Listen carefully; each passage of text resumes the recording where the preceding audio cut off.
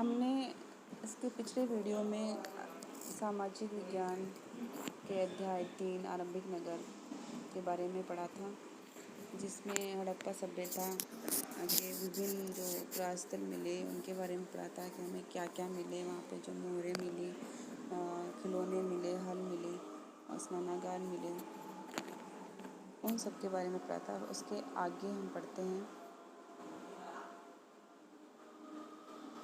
गुजरात में हड़प्पाकालीन नगर का सूक्ष्म निरीक्षण।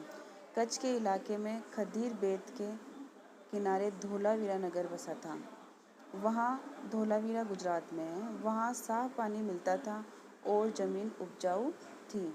जहाँ हड़प्पा सभ्यता के कई नगर 2 भागों में विभक्त थे, वहीं धोलावीरा नगर को 3 भागों में बांटा गया था। इसके नगर हिस्से के चारों ओर पत्थर की ऊंची ऊंची दीवार बनाई गई थी।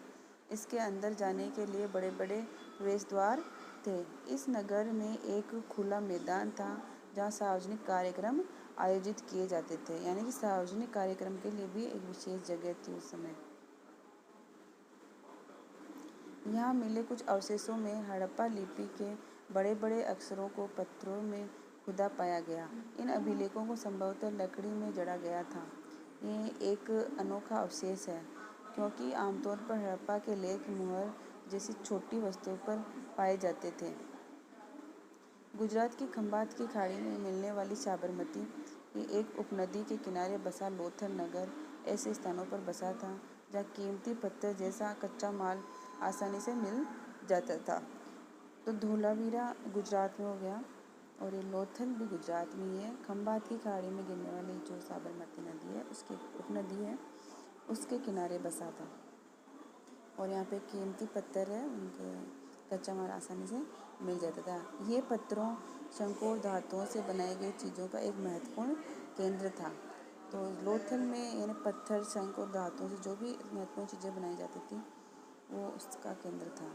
इस नगर में एक भंडार गृह भी था।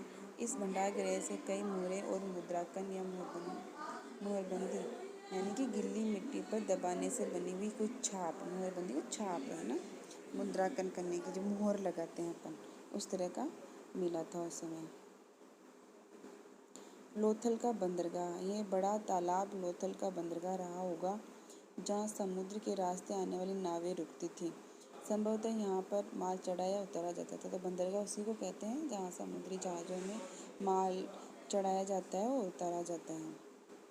आगे बढ़ते हैं, ये है उस लोथल का बंदरगाह। यहाँ एक इमारत मिली है जहाँ संभवतः मनके बनाने का काम होता था। पत्थर के टुकड़े, बने मनके बनाने वाले उपकरण और तैयार मनके भी यहाँ मिले हैं। कहाँ? लोथल में मिले, तभी तो हम अंदाज़ा लगा पाए हैं वहाँ का। अब ये देखो, ये चित्र में बना हुआ है कि मुद्रा या मुहर, मुद्रांकन या मुहरबंदी ये है। तो मुहरों का प्रयोग सामान से भरे उन डिब्बों या थैलों को चिन्हित करने के लिए किया जाता था जिन्हें एक जगह से दूसरी जगह भेजा जाता था। थैले को बंद करने के बाद उनके मुहानों पर गीली मिट्टी पोत कर उन पर मुहर लगाई जाती थी। मुहर की छाप को मुहरबंदी कहते थे। यह प्रश्न बनता है आपको, मुहरबंदी किसे कहते हैं? तो ये भी कोई भी सामान दूसरी जगह भेजा जाता था तो उसको बंद करके गीली मिट्टी से पोत दिया जाता था, फिर उसके ऊपर मुहर लगाई जाती थी। तो इसी प्रक्रिया को मुहरबंदी कहा जाता था। अगर ये छाप टूटी हुई नहीं होती तो ये साबित हो जाता था कि सामान के साथ छेड़छाड़ नहीं हुई है। अगर टूट जाती तो यानी कि इसको किसी ने खोला है। आज भी मोहर का प्रयोग होता है। पता लगाओ कि मोहर का प्रयोग किस लिए किया जाता है। तो आप पता लगाओ कहाँ कहाँ मोहर देखते हैं, ठीक है, और कमेंट में लिखें। जहाँ भी आपको नज़र आती है कि कौन कौन मोहर का प्रयोग करता है, आप जहाँ भी किसी ऑफिस में जाते हो, कहीं भी आपको दिखती होगी कि दुकान पे जाते हो, बिल बनाता है कोई, स्कूल में जाते हो, कहाँ कहाँ मोहर मिलती है आप देखें और सोचें, विचारें और लिखें। सभ्यता के अंत का रहस्य। लगभग 3900 साल पहले एक बड़ा बदलाव देखने को मिलता है। अचानक लोगों ने इन नगरों को छोड़ दिया। लेखन, मोहर और बाटों का प्रयोग बंद हो गया। दूर दूर से कच्चे माल का आयात काफ़ी कम हो गया। मोहनजोदड़ो में सड़कों पर कचरे के ढेर बनने लगे, जल निकास प्रणाली नष्ट हो गई और सड़कों पर ही झुग्गीनुमा घर बनाए जाने लगे। ये सब क्यों हुआ? कुछ पता नहीं।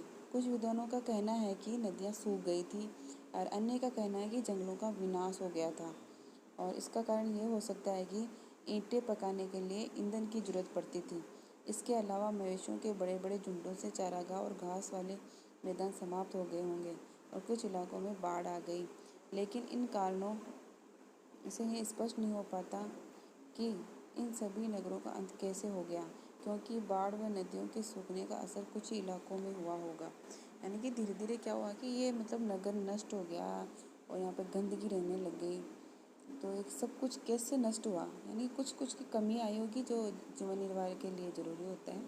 पलायन कर गए धीरे धीरे लोग, या पता नहीं बाढ़ आई थी, सूखा हुआ था, क्या हुआ था, तो पता नहीं लग पाया है ना।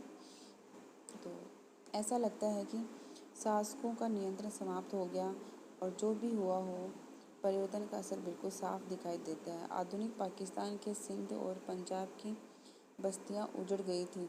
कई लोग पूर्व और दक्षिण के इलाकों में नई छोटी बस्तियां में जाकर बस गए।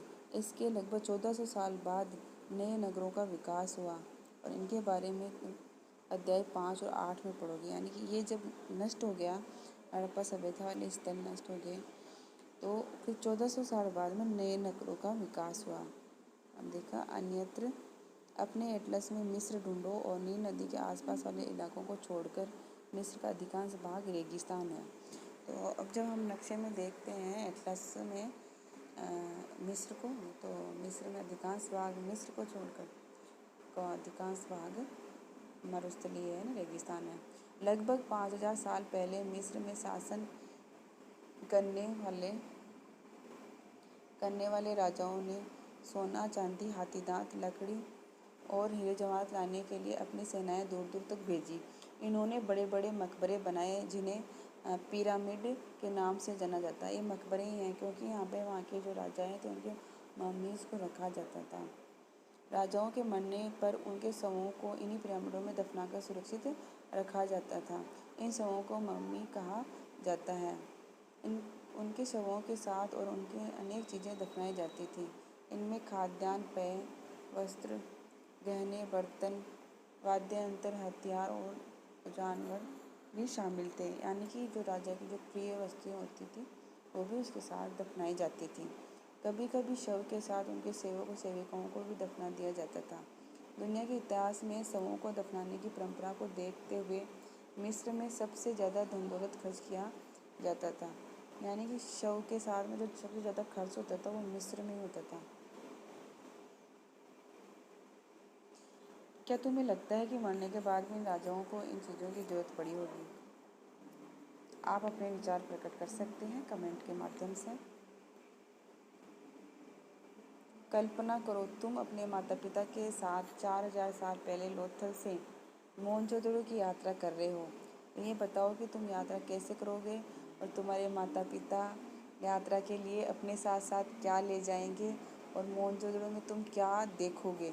और मोहनजोदड़ो एक पिक्चर भी है ऋतिक रोशन की, आप देखना और उससे आपको उस समय का जो स्ट्रक्चर है, पूरा वातावरण है, उस समय किस तरह के ड्रेसअप था, किस तरह का वाहन था और यातायात के साधन थे, वो सब आपको उसमें पता चलेगा। और उसको देखने के बाद या फिर आप सोच भी सकते हो या आप इंटरनेट का उपयोग भी कर सकते हो कि 4000 साल पहले की कल्पना करके आप इसका उत्तर दे सकते हो। और ये अभ्यास प्रश्न है, हम अगले वीडियो में आपसे चर्चा करेंगे। इससे पहले आप इनको एक बार प्रश्नों को पढ़कर इसमें आपकी किताब से पाठ पढ़ना और इन प्रश्नों के उत्तर ढूंढने का प्रयास करना। फिर मैं भी आपको इन प्रश्नों के उत्तर की चर्चा करूँगी और आपको इनका PDF भी उपलब्ध करवा दूँगी।